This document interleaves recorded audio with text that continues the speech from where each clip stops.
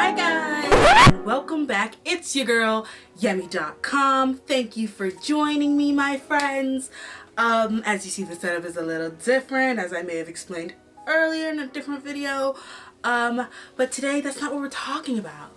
We're talking about another Tipsy movie review, and I have to figure out a different name for it because I almost never do movies, so it's insane that I keep calling it a Tipsy movie review. Anyways, I took the liberty of drinking a little too much white wine so that I could enjoy the Saved by the Bell reboot. Okay, I had a lot of thoughts about it. Going in, like most people, I expected it to be garbage with a capital G. You know, there's been a lot of reboots, and like really my favorite one has been Animaniacs. Hello. Reboots are symptomatic of a fundamental lack of originality in Hollywood. Have you no shame? Here's your check for the Animaniacs reboot, you sellouts. It's time for Animaniacs. You should see our new contracts. All right, guys, there's a lot of pressure on our first lines. Wait, don't. Make sure it's good first. Maybe something reminiscent of the first season? 22 years later, and I'm still a knockout. But like, there's been a lot of reboots in 2019 and 2020.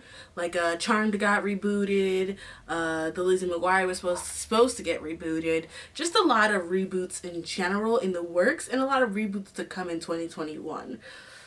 That being said, not all of them have been good.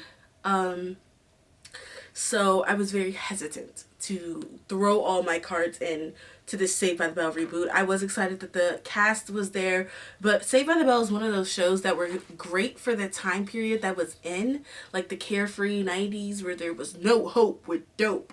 But now it's kind of not that, and I was scared that they would try and make it exactly like that, but just different, more ethnic characters, and they didn't, and that is what I'm excited about. And let me explain to you basically the premise.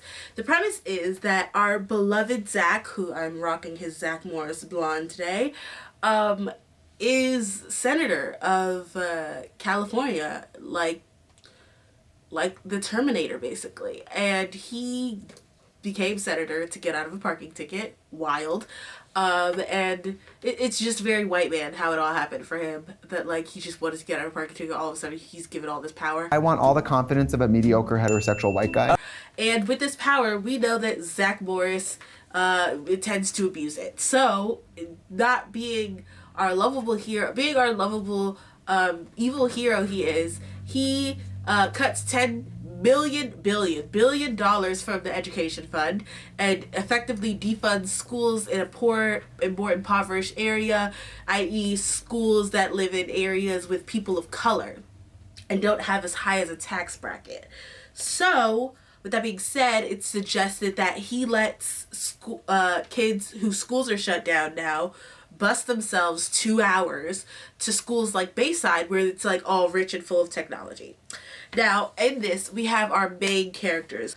We have Daisy Jimenez. If you're not one of them, you're set up to fail. We need someone to fight for us who knows us. Who is our goody two-shoe know-it-all. She actually has the power to freeze time in the same way that Zach did. Time out.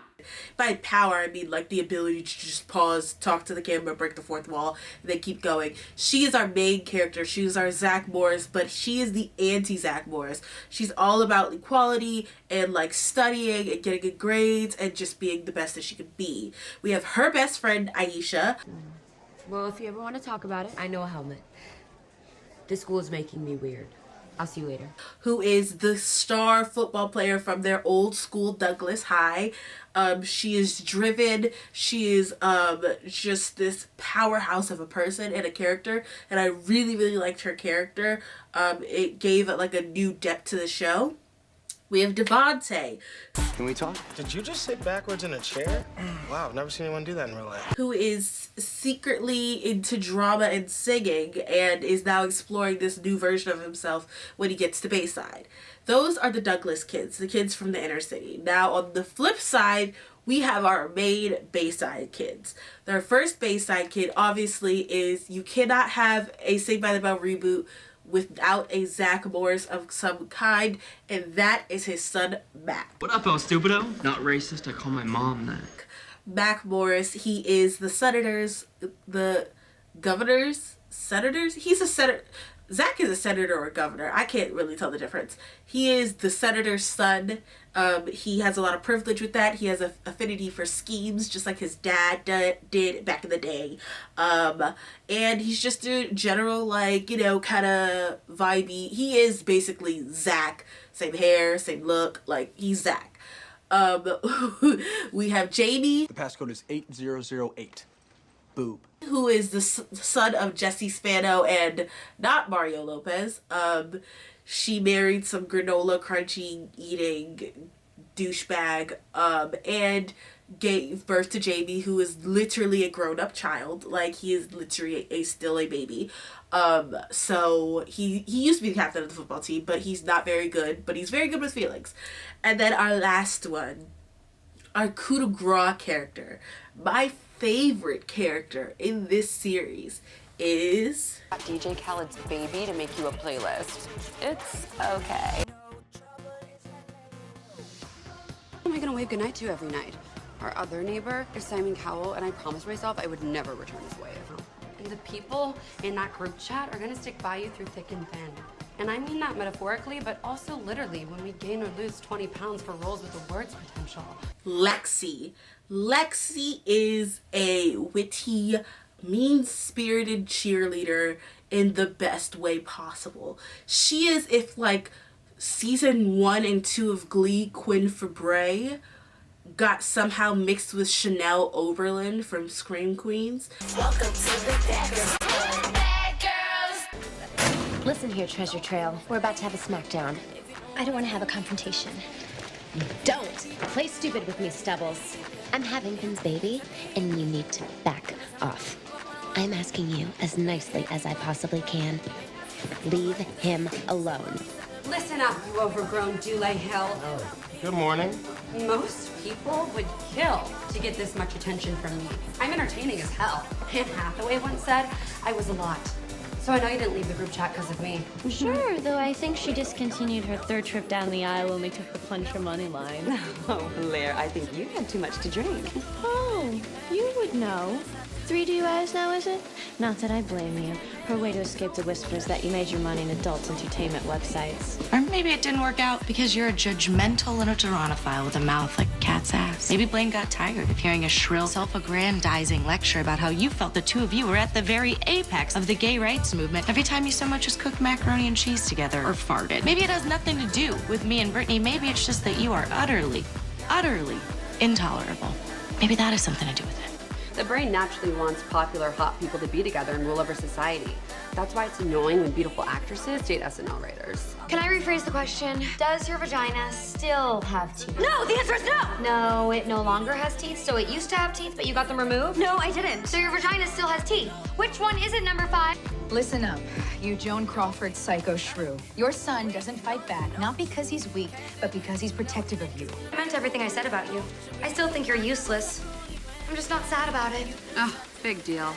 I have a Kardashian coming at lunch. Yeah? Who? Rob? Shut up! He's still in their family. Lying bitch! Was any of it true? Or has it all been a lie since the day you arrived? What on earth are you talking about? Where have you been the last 10 years? The last 5? Hell, the last month. I told you I was all over Europe, Dubai. You couldn't afford to send a postcard to Dubai. That's because your tastes include sleeping with your driver and popping prescription meds. Hot kids. Privileged kid. Privileged kid. Absolutely not. Okay, having a crush is pathetic and relatable. I don't want people knowing there's something I want that I can't have.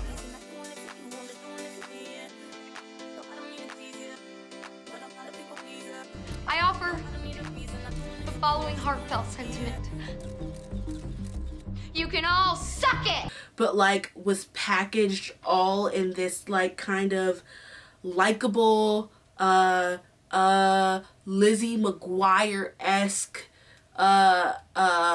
package. I don't know. She's so bad it's good. She's so mean it's sweet. It's just everything you ever needed. And I loved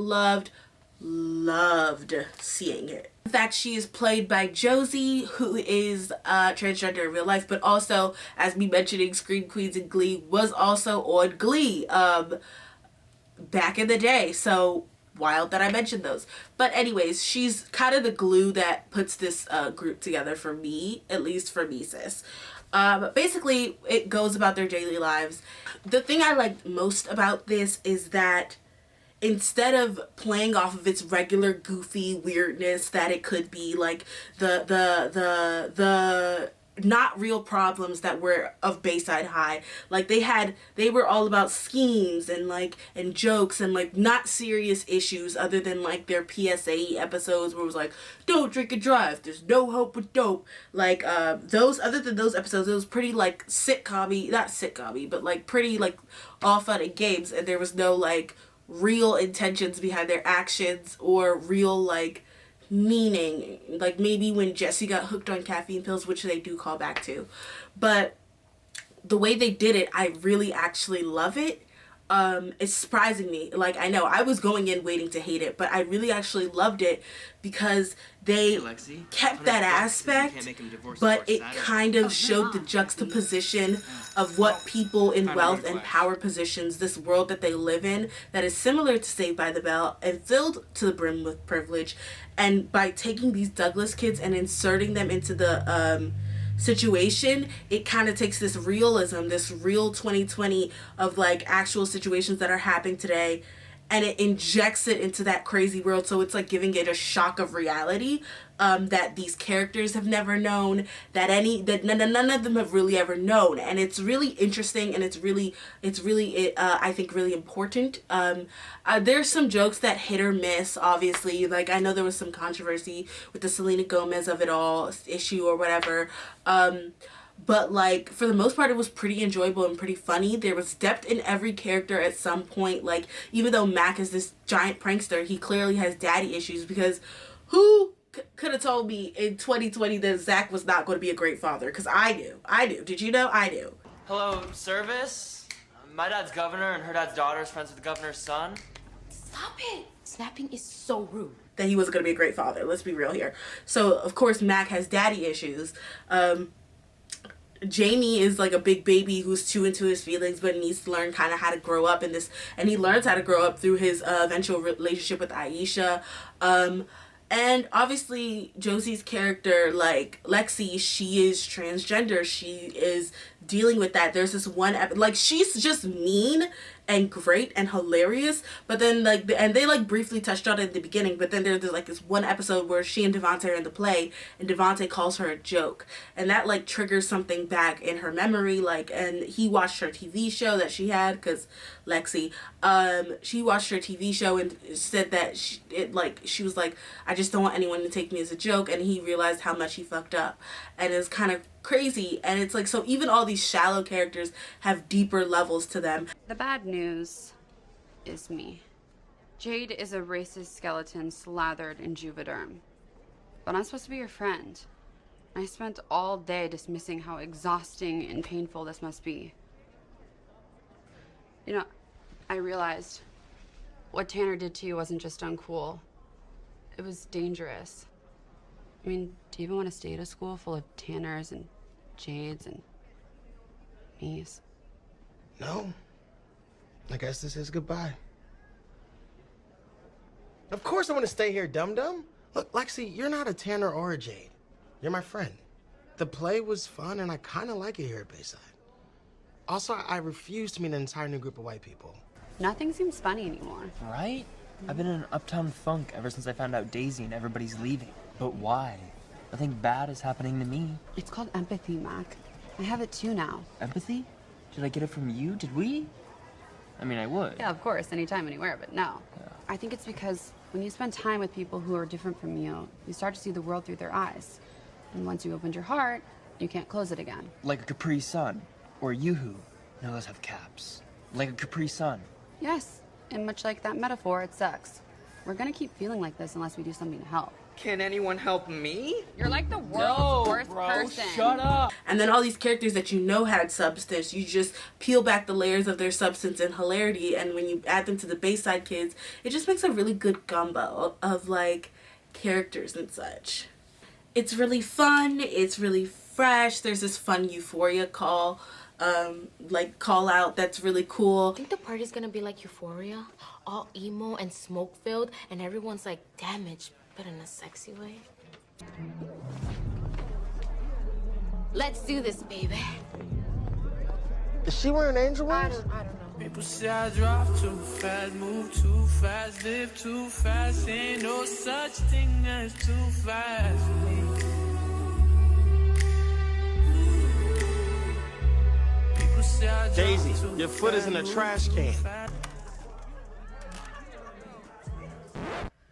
I may have pre-gamed too much. A lot of callbacks to the older show, like when Mario Lopez's character is like, I mean, I fought with my best friend over a girl, and he was like, wait, that was your dad over your mom, but then I just started banging some other hot chick, which was your mom. When I was in high school, I constantly used to fight with my best friend over a hot girl. Oh, it was actually your dad over your mom. Anyway, look, then I just found another girl that I really liked, and I started hooking up with her instead. Wait, that was your mom? Anyway, look. It's just hilarious. It was a good callback. It was a great time joke. It was just really good overall. I mean, obviously there are things that I would, like, if I could nitpick, I can pick things out. There was this, like, random scene, not random, like, they had to, like, eventually, spoiler alert, go back to their high school, which was, cool, like, this, like, other scene, or they were, like, in danger of going back to their high school, and, like, Jamie wore this shirt that was, like, gone too soon, and it had Aisha's face on it, and that was just a little triggering for me, because, you know, like, when black women die, or black people die, you have to wear the shirt with their mocha, so it was a little triggering for me, but that was, like, a nitpicky thing. I'm sure it was meant to be, like, a good hearty joke, but, like, there are just other options and stuff, like, but yeah, it's pretty good. I think it's worth a watch. I think it's, like, funny enough. There's some really good solid jokes in there that are just, like, generally great gags. The gag, the of it all. I recommend it highly. I don't think that if you've never watched the original, you should just, like, go into it. I think that very much if you've watched the original and you've loved the original. I started watching Saved by the Bell when I was a kid. I would watch Saved by the Bell and Charmed right before the bus would come pick us up for school. So I like, even Good Morning Miss Bliss, I used to watch reruns of that. So, like, if you're someone who's, like, very into it and, like, very into the lore and remembers it, then it is a great continuation. You get to see all of the old characters. Even Lisa's in it for a sec, which is cool. Hopefully she has a bigger role next season. But Jesse and Slater being there is just awesome. And then, like, you know, Kelly and Zach being there was cool too. Question, was I the only one? I feel like I also make bad life choices, and I knew this the second that I realized that everybody was shipping Zach and Kelly, and I was like, Zach and Kelly? What about Lisa and Kelly? Like, Lisa and Kelly should be, Lisa and Zach. I was like, Lisa and Zach should be together. They are it for me. They're my OTP in this joint before I even know what OTP was. But obviously he was supposed to be with Kelly, but I was like, it's the swirl for me. But outside of that, I think it did a really good job in honoring the old while still progressing into the new and keeping it real to the times. They ended it with coronavirus outbreak, which is, like, scary. And also Mac does this thing where he'll be like, oh, my dad says the next earthquake is gonna kill us all. Like, he'll be, like, just giving out government information that's just like, what? It'd be like, huh, what would you should say?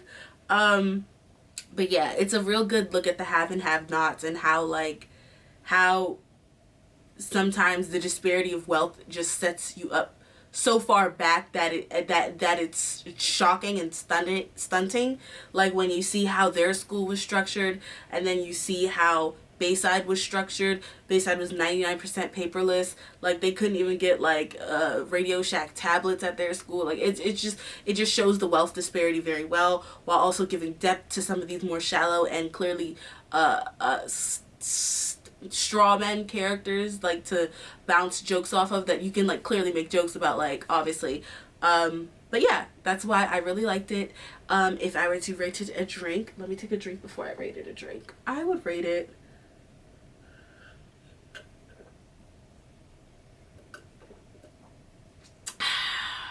what would I rate it?